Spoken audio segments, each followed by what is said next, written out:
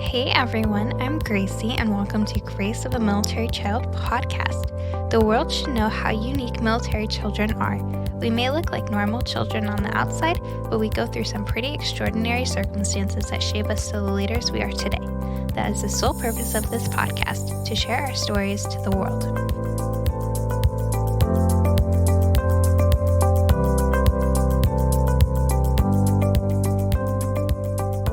Hi, Ryan. Welcome to the podcast. How are you today? Hi, I'm good. How about you? I'm doing good. So tell me a little bit about who served in the military, for how long, things like that. Well, my dad served in the military, and I think he did roughly 14 years, I believe. Yeah.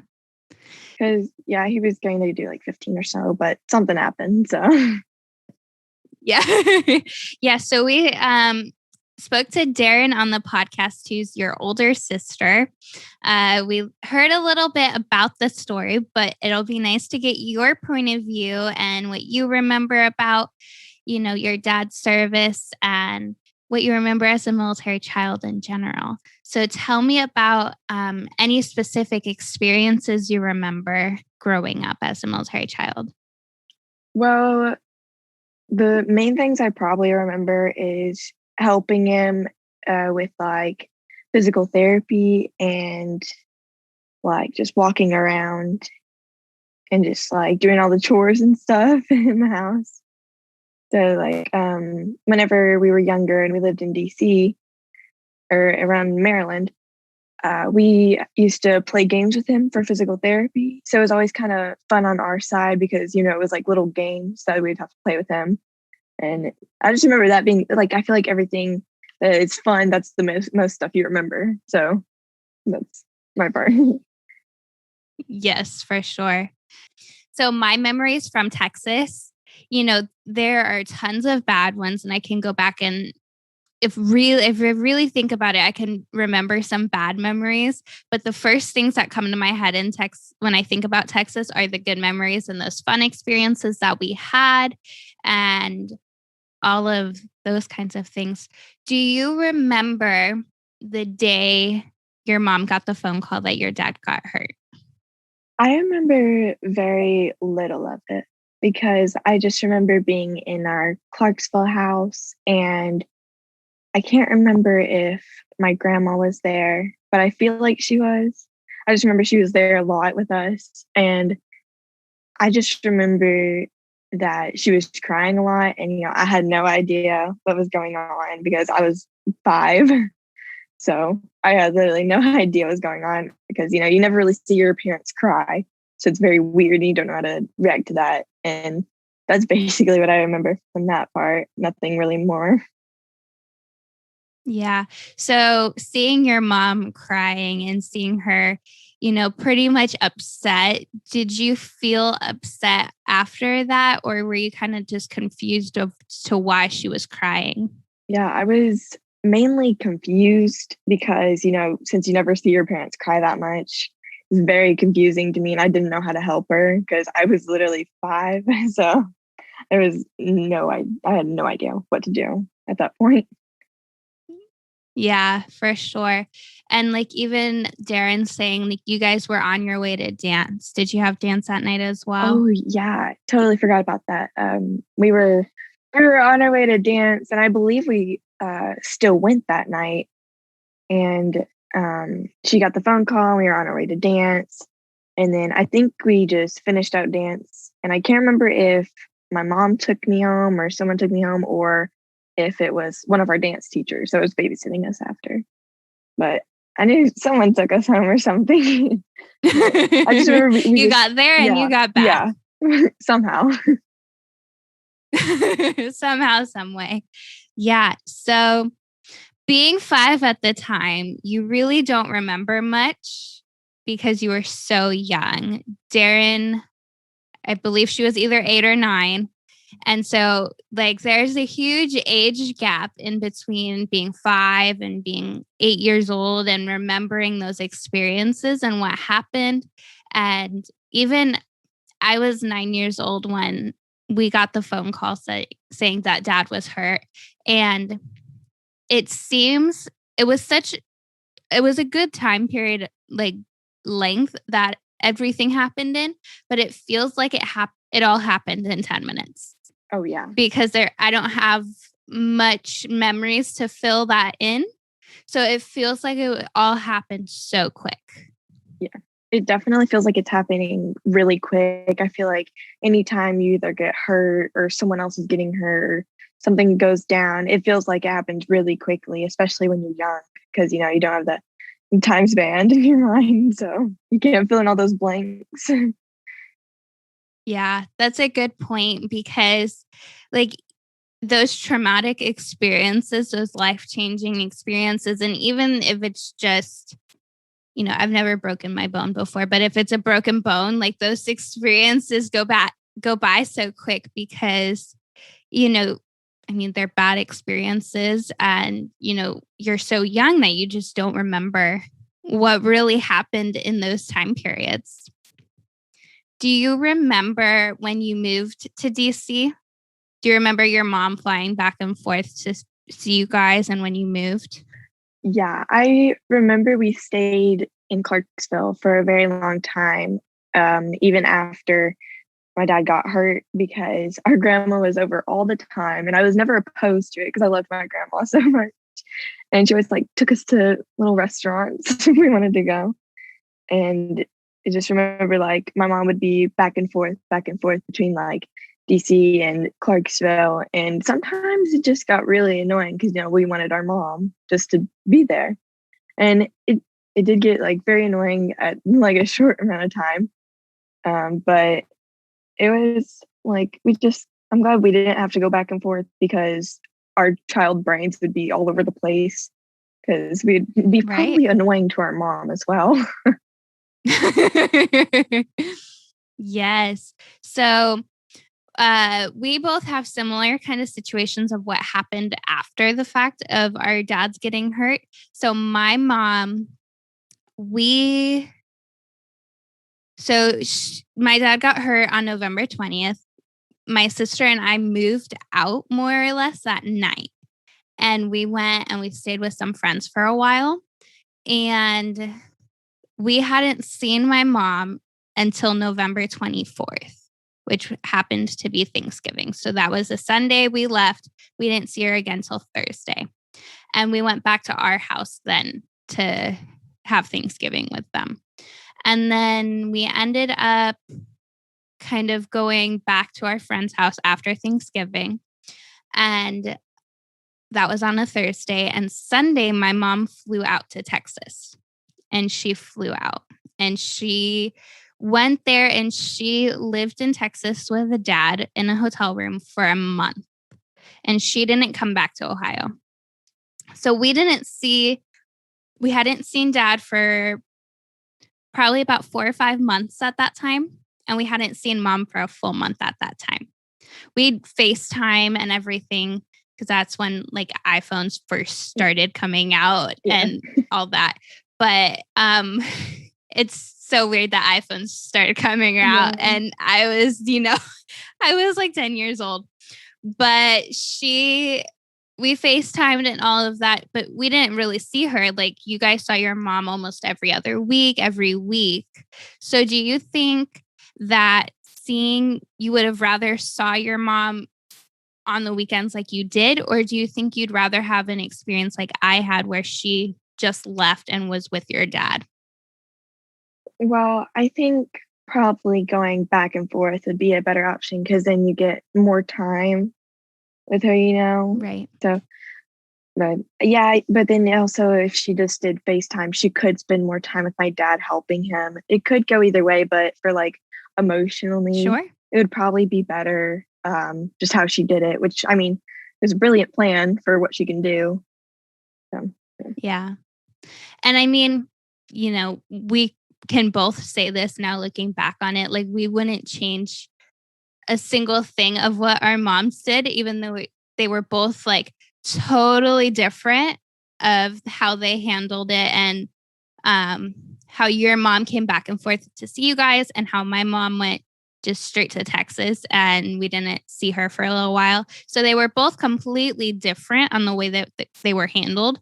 But at the same point, looking back on it, just like you said with your grandma, we were with people who were from the military who have basically become like our family now.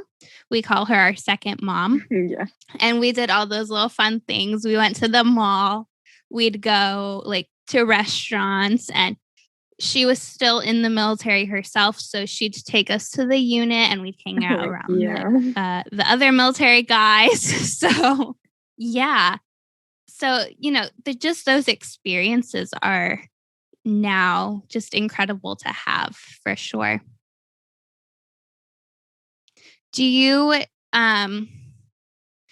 what were some of your favorite moments, like with your mom during that time, or with your sister or with your grandma during that time period of back and forth? What were some of the moments that you remember? I just remember we still went to dance and we still enjoyed ourselves because, didn't know really what was happening. And I think dance actually played into a big part of our emotional state and all that, because it's just like we took our minds away from all that, and it actually made it fun for us because, it was dance. And we got our dance teacher. She constantly like babysat us all the time. And we'd go to like little restaurants. She'll take us home, and then like we'll play Barbies and all that. It was just like a lot of free time on our hands. And it was pretty fun. Yeah, for sure. Yeah, that sounds really fun. And having, dance, it's like a stable place where you had always loved it, even though you were 5, but you had been dancing for quite a while then. So you had always loved it. So having that, it's like a stability factor for your emotional health. Like, for me, it was school. And I still love school to this day. My parents call me a nerd because anytime I don't have school, it's like I don't know what to do with myself. So for me, that was school. But I think that is so important when you're going through a traumatic situation like this, to have something stable for when, it motivates you to actually do something with yourself. Definitely. Yeah. So moving forward in your story, do you remember when you moved to DC? I actually don't remember that much about moving there.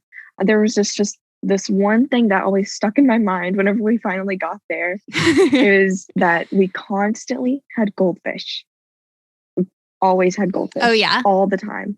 And it was either goldfish or cucumbers or strawberries for me.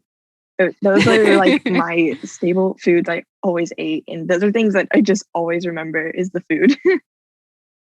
Yeah. Do you still eat those foods now, like, and bring back like a nostalgic time frame for you? I have like a full box of goldfish, like the big ones in my room right now. And then like for lunch every day. That's awesome. For lunch, literally every single day, I have like a whole organized lunch thing. It's like peanut butter and jelly, strawberries and cucumbers, and then like maybe a couple extra berries. It's always the same. Oh my goodness. Yeah. So that really, when you moved to DC, then you had like your stability in food, and then that's what you always had instead of dance. Yeah. Do you remember the first time you saw your dad after he got hurt, like meeting him again? Yes. And I think the reason why I remember this one so well is because he had a plush in his hand, and, kids and their like plushies. But we were going into the Fisher house, and he was just laying on a bed, and then he had these 2 crab plushies, and he was just laying there. And we walked in and we saw him. I didn't even acknowledge the fact that it was my dad. Like, I didn't even know who it was. I just went and asked my mom if it was okay if I grabbed that plushie from him. I really wanted it so bad because it was like, oh, it looks so soft. I really want it.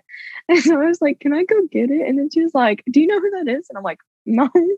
And it's just like, it's your dad. And I'm like, whoops, didn't recognize you. So it was like kind of awkward whenever I ran and hugged him because I was like, didn't really know who this was for a minute because they were like, go give him a hug. And I was like, okay. It's like this strange man. Yeah. Like, who is it? Yeah. Like, did you recognize him? So whenever I first walked in, I was like, what in the world? And then I like slowly, as I kept looking at him, I kind of recognized some of his facial features more. And then like, I was asking and I was like, what is going on?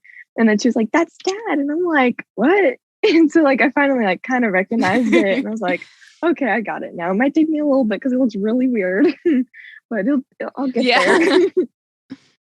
Yeah. So, did you kind of know what injuries he had prior to meeting with him again, or did you kind of go in not knowing that much? I think definitely at one point my mom told me about it, but like I could not register it. So I still imagine him full body, had everything intact. And I think I just realized it more when I finally saw him, I guess. Um, so yeah, I just kind of like I had to register, like I had to see it, you know. So Yeah. So we heard what Darren said, but just a refresher, what injuries did your dad sustain? well, he has no legs and it's above the knee, and then he's missing like 7 pieces of his elbow, and then he had to get like 2 strips from his back to replace that part of the elbow, so he still has his arm, which is really good. So good thing it's not a triple.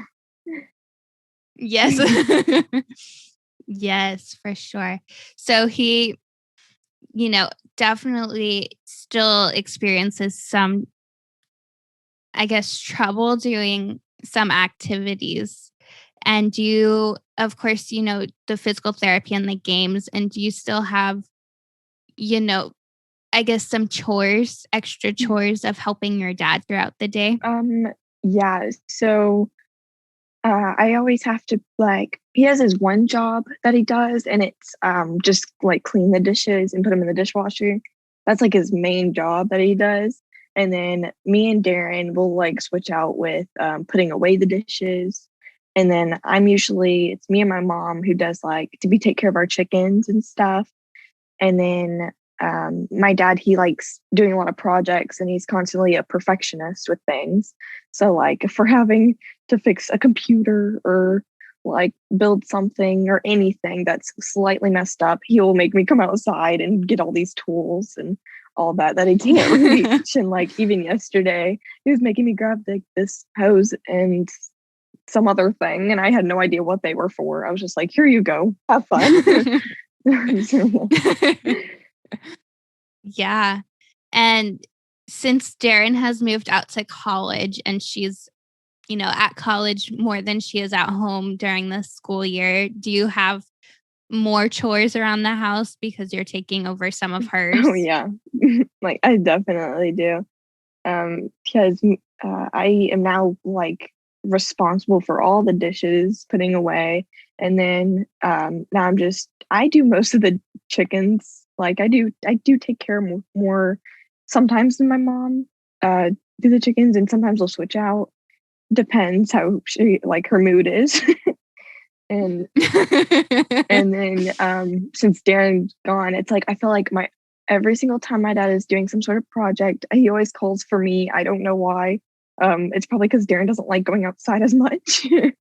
That's probably why. But yeah, I did take on some more stuff, including like cleaning the kitchen and doing some other stuff in the living room.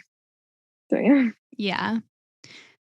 So, I mean, normal chores, but you still, you're helping your dad a lot more now because Darren's not around to do a little more than she had before.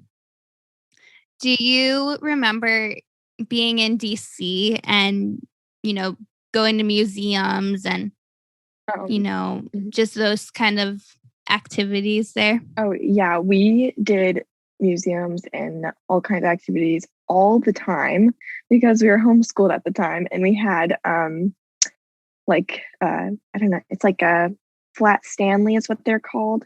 And it was like you print out a little picture of this boy, animated boy, and it was like laminated and everything sometimes. And there would be little places you would have to take him. So like if we went to maybe out of state into a different state or to a museum, you take a picture with him, and so it represents that you've been to this place and you travel with this thing.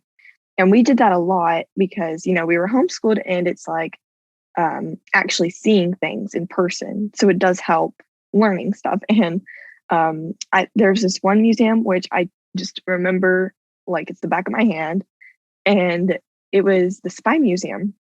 And it was so interesting. And then I remember at the end of the day, my sister was so excited because there was this lipstick, and it was like you took off the thing and it was like a pin. It was like kind of stupid, but it was like pretty obvious too. And it's just, we thought it was the coolest thing. And then there was this paper, but it was like sandpaper, but it was like actually rice. So that stuff was really good. But I just remember constantly wanting that after we had it because I thought it was the coolest thing. That was probably like my favorite museum to go to. And just all those historical things. They're so cool. And they're so interesting. Yeah. We've since we were in Texas, we got to do different things, going to the Riverwalk, going to the Alamo, which is basically a museum in itself. So we did like those kinds of things. We went to the art museum every once in a while and did, the fun things down there. But we always said, if we were up in Walter Reed where you guys were, we would have been going to the museums all the time and, hanging out around the monuments in DC, because when we'd go to DC, that was my favorite thing to do, was go to the museums. Oh yeah, because there's so many. And then whenever we did museums and stuff, we would even go like multiple times, even if we've seen everything in there. We would go multiple times because we thought it was just the coolest thing. And one thing I remember from being like done with museums or after, our little treat for going was like those yellow carts parked out or like those little stands and stuff with the hot dogs and ice creams. And I just remember that I loved the ice creams with the eyeballs, the gum eyeballs. I love those things, and I still love them to this day. So like when we travel, I try and find those things because they're actually really hard to find now. I think they're just so good. I know. It's like there's this one gas station. Do you have a really specific? Yeah. Do you have a specific character that you always picked? It was usually if they had like the Pink Panther or the SpongeBob one. Yeah. Those things are really Those good. are the best. Yeah. I haven't had one of those in quite a while, actually, but they were the best things ever. Yeah, they're so good. Yes.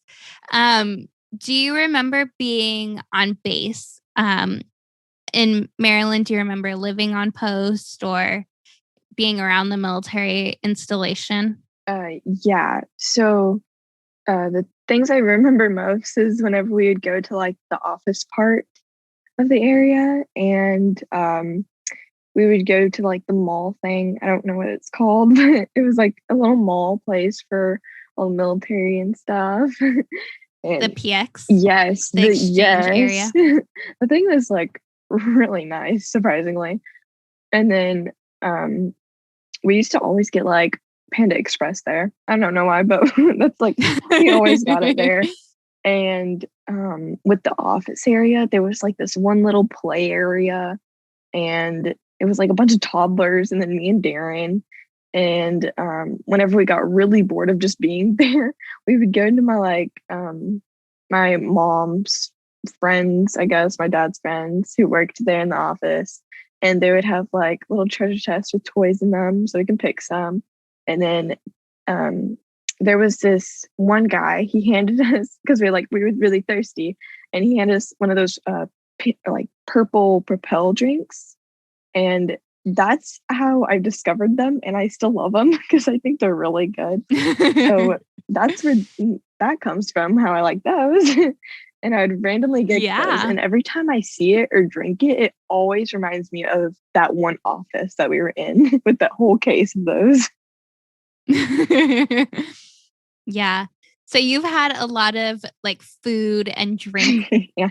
like staples come out of Yeah. this whole experience. Yeah, they're like memories attached to like each food. Each little thing you can consume. Everything. Yeah. Yes, for sure. But honestly, food is the best. So you can't go wrong with that. It really is. Yeah. Yes. So do you remember the days of being in the Fisher house? Yeah, I remember that quite well. And probably my best memory is they used to have like these little quote unquote party things going outside for like children. And they would have like these snow cones and they were really good. And I was so excited to get one day because like they barely came around. They finally showed up again. And then I was so excited and I went to get one and I came back inside running around because I was like all hyped up on sugar. And I still had like almost the full cup of it. And I tripped over the stairs and I fell with it. And I was so upset because they already left. I was like so upset over it. And we made like one friend there. Her name was Leah. And I just remember her bolting out of her room because I fell like right in front of her room. Because I was like trying to go get her and trying to show her my like snow cone or something. And she just heard me fall and like hit the ground. She ran out and she was like, "Are you okay?" And I was like, "No, it's gone." Oh, yes. Snow cones are honestly the best. And we'd go to the PX and we'd always come out and right by the doors, there was a little snow cone cart and we'd always get snow cones. Always get snow cones. I don't know what it is, but snow cones. Yeah. They're like You can't go surprisingly wrong. good because it's just like, it's literally shaved ice and syrup. They're just really Yep, good. that's it. I think it's because they're really simple. Like super sugary. Yeah. I know, right? It's so simple. It's so good. Oh, they're so good. Yes. So do you remember like doing any activities other than getting snow cones at the Fisher house Um, and meeting kids at the Fisher house? I think one thing I remember is just we would be at the park a lot just because, like, you know, that's where all the fun was because there was like nothing else to do. So we Yeah. would just be outside a lot looking for deer because we used to feed deer apples because, like, in the city, they're like, you know, really skinny and they would actually come up to you because you can't hunt over there. So they were really skinny. We always like tried to feed them apples and they were so cute. And we didn't do much at the Fisher house, except for go to like little events that were going on and be dragged everywhere. That would be like so boring or something. Yeah. But it was really like the park. Playing with like American Girl dolls because we would be spoiled because all these people are like, you know, feeling sorry. And we'd get like Barbie dolls, American Girl dolls. We'd just play inside most of the day, or we'll go outside and maybe like tumble a little bit because we used to do like acro. And then later on, after we moved into like an apartment, we started doing gymnastics. And so, yeah. Yeah. Did you find a struggle to meet friends in the Fisher house? Yeah, probably because most of them were adults. And I think it was mainly just Leah, or if there were more kids, it would be like babies or toddlers. So, you know, we can't really play with them that much because you would probably get annoyed with them because, you know, they're so much younger with you. And Right. so, yeah. Yeah, that was the same way with us when we lived in the Fisher house. You either hung out with the adults or you hung out with the babies and the toddlers. You had no in between. There was no kids our age. And, you know, shockingly, our dads got injured like 10, 11 months apart. So if we would have ended up at the same place, not in Texas and Maryland, like we would have had, friends our age, but we didn't. And, I mean, now we're friends and everything, but, we would have had friends our age, but there were no kids our age at that time in the Fisher houses. It was really hard to make friends. But did you find that because you were homeschooled that was even more challenging? Because we went to school on base, so we actually went to a public school.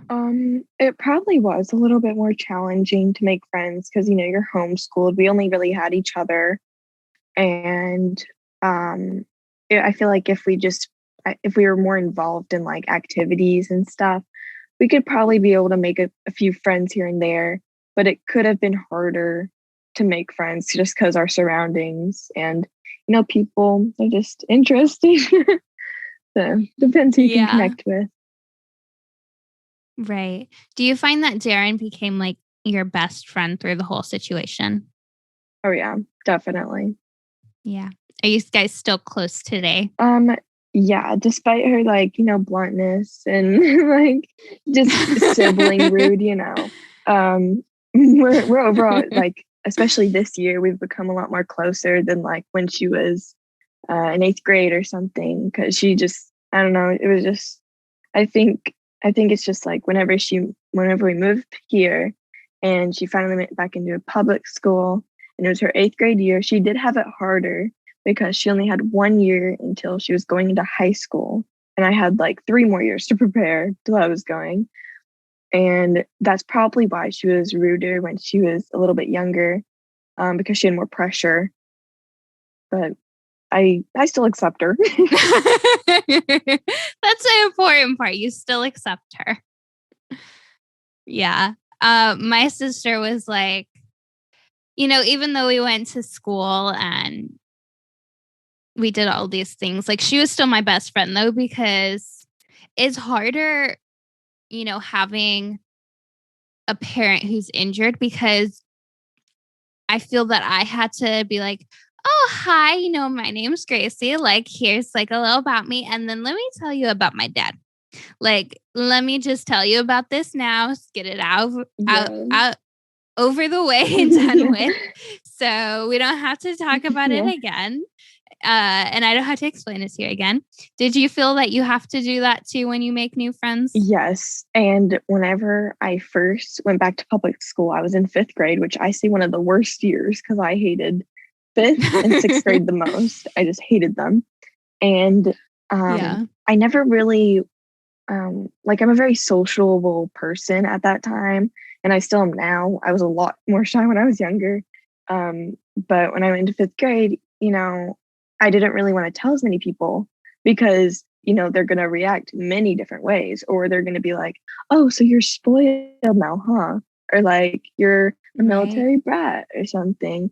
And so if I actually started talking to someone and I liked their personality and stuff and we started becoming closer, I would probably tell them more about me because I literally ask some of my best friends if I can brag because I don't want to be over braggy and sound annoying. So I sometimes ask for permission. Did you find that it was such a hard transition going from homeschool to public school again? Did you find it weird and awkward trying to, get back into it and used to it again? Definitely a weird transition because, you're just here in your house, chilling, doing your own work, getting taught by your parents. And then whenever you transfer, you have a whole schedule of where you're supposed to be, and you transfer to different classes and you're getting taught different ways from what you're used to. And, there's multiple different teachers. So it's very weird. And it's also, you have to learn how to interact with kids your own age because I got used to interacting with like toddlers. Or like older kids. It's very awkward whenever you have to interact with kids more of your same age. That's probably why I have more friends that are younger than me. You're just so used to it that why not? It's a lot easier. Yes, for sure. So you mentioned military brat. Do you feel that it's more of like a stigmatism of, oh, you're a military brat, you are a brat? Like, do you feel that that plays a role into it? Yeah, I think what people think most of the time is if I'm like mentioning, oh, yeah, my dad was in the military, da da da, I'm trying to brag that he's a hero or something, or that we would get special treatment because he was in the military or something. So that I think is what a lot of people think. If I say anything, I feel like if my dad was in the military or I was spoiled as a kid because what happened. And I think they're just perspective. It's like, they assume that you're going to be all bratty and like brag about, your dad's injuries. Because some people do that where it's like they'll brag about their injuries or Sure. disabilities. And I don't know why, because it's nothing to brag about. And yet it's nothing Yeah. to be like, yeah, I have this, da da da da. Because like we all have our own disabilities. So Sure. it's like just treat people equally. Yeah. I would agree with that. And if you could say like anything to rebut that, what would you say? What do you mean? But Like people thinking that, you're spoiled and you get special treatment or you deserve special treatment. What would you say to that? I would just say that everyone is equal and we all have our own disabilities that we need to face. And we just need to treat each other of how we want to be treated because that's where you'll get in life. And if you're just rude constantly, you're going to either dig yourself in a deeper hole or you're going to get nowhere with it. Yeah. I think that's really important and it's a really good I guess piece of advice because, everyone faces their own sort of struggle, whether it's a physical, disability or a mental disability. Like we all face something. And for me, that's anxiety. And, it's kind of, it was hard to kind of start talking about it because, and it's still hard to talk about it, but, you know, it's just weird to say, to like admit to Oh, something yeah. that you have and you're struggling with. And, you know, I still don't talk about it much today because I'm like, I don't want to put that pressure on anybody else to be like, oh, what do you need? Like, what can I do to Yeah. help you? Like, I don't want Yeah. that.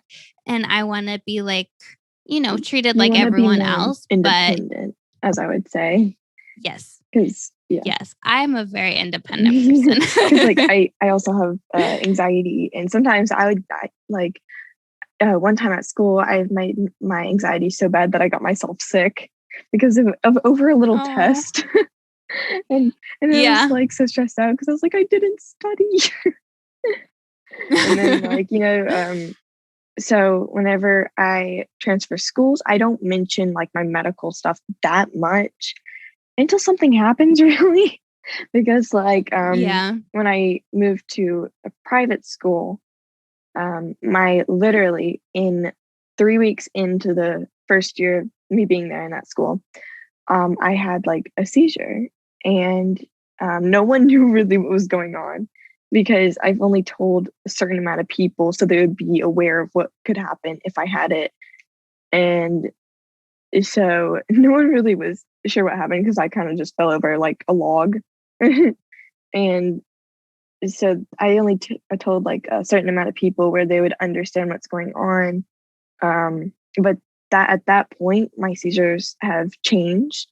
So I used to have, oh, well, I still do, but it's like my eyes will flutter, which is absent seizures. And then now I have some where I just fall over like a stiff board, but it's nothing too serious, but it's still serious. It's like not a grand mal Yeah. because some people that's like really bad because you could hit a lot of stuff around you or Sure. but with me it's just I am lucky enough where I know where I'm about to have one before because the way I feel. Yeah. And I think, even with going back to being treated equally, I think that's really important because, it's hard to say things like that, especially when you're in a new situation and be like, hey, I go through this, Mhm. like this is what I have to deal with. And you have to decide who you Yeah, trust and definitely. um because people can easily find a way to make fun of you and bully you for those things. And, you want to take every Oh, precaution you yeah. can to avoid that. Definitely, I feel like you gain more trust issues when you are part of the military somehow, some way, or if someone's ever betrayed you, you definitely gain a lot more trust issues. And that's probably the main thing with me and my sister, where we're more cautious about people that we surround ourselves with, so they don't betray us. Yeah, I think that's because you have this military community and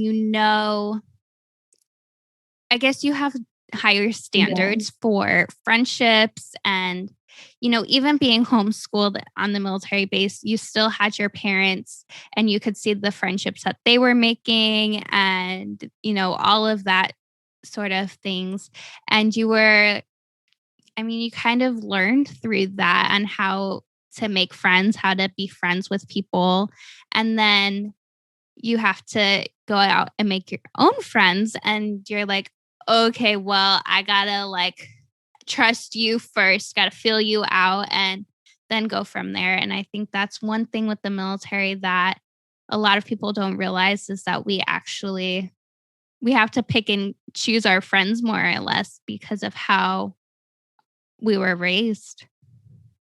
yeah. So one last question for you. What advice would you give to a military child? Um, I would say get a hobby or something to focus on to achieve, so that it can distract you from so many bad things happening around you. Not necessarily ignoring it, but to distract you from the fact that all things bad is happening and get you somewhere in a good mental state where it can like focus on something that can give you fun or make you happy instead of focusing all on the bad things that is happening. I think that's really important. And even going back to your story and dance, that was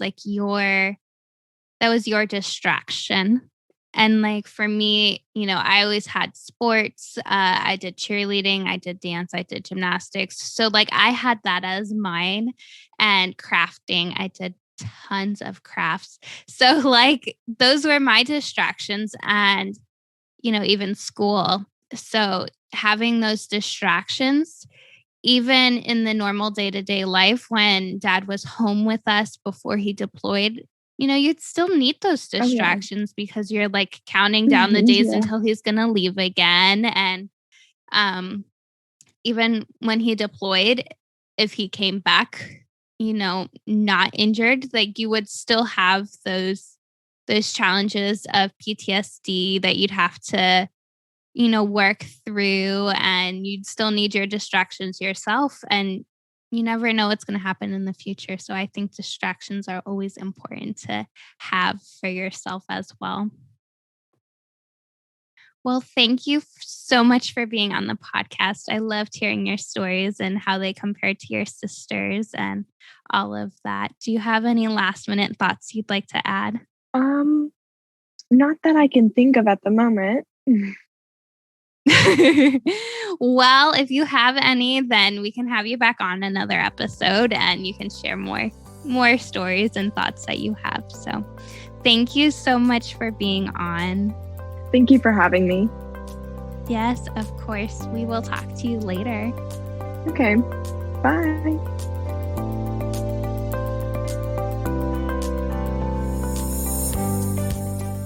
Thank you so much for tuning into the Grace of a Military Child podcast. For more inspiring stories like these, be sure to review, like, share, and subscribe to this podcast.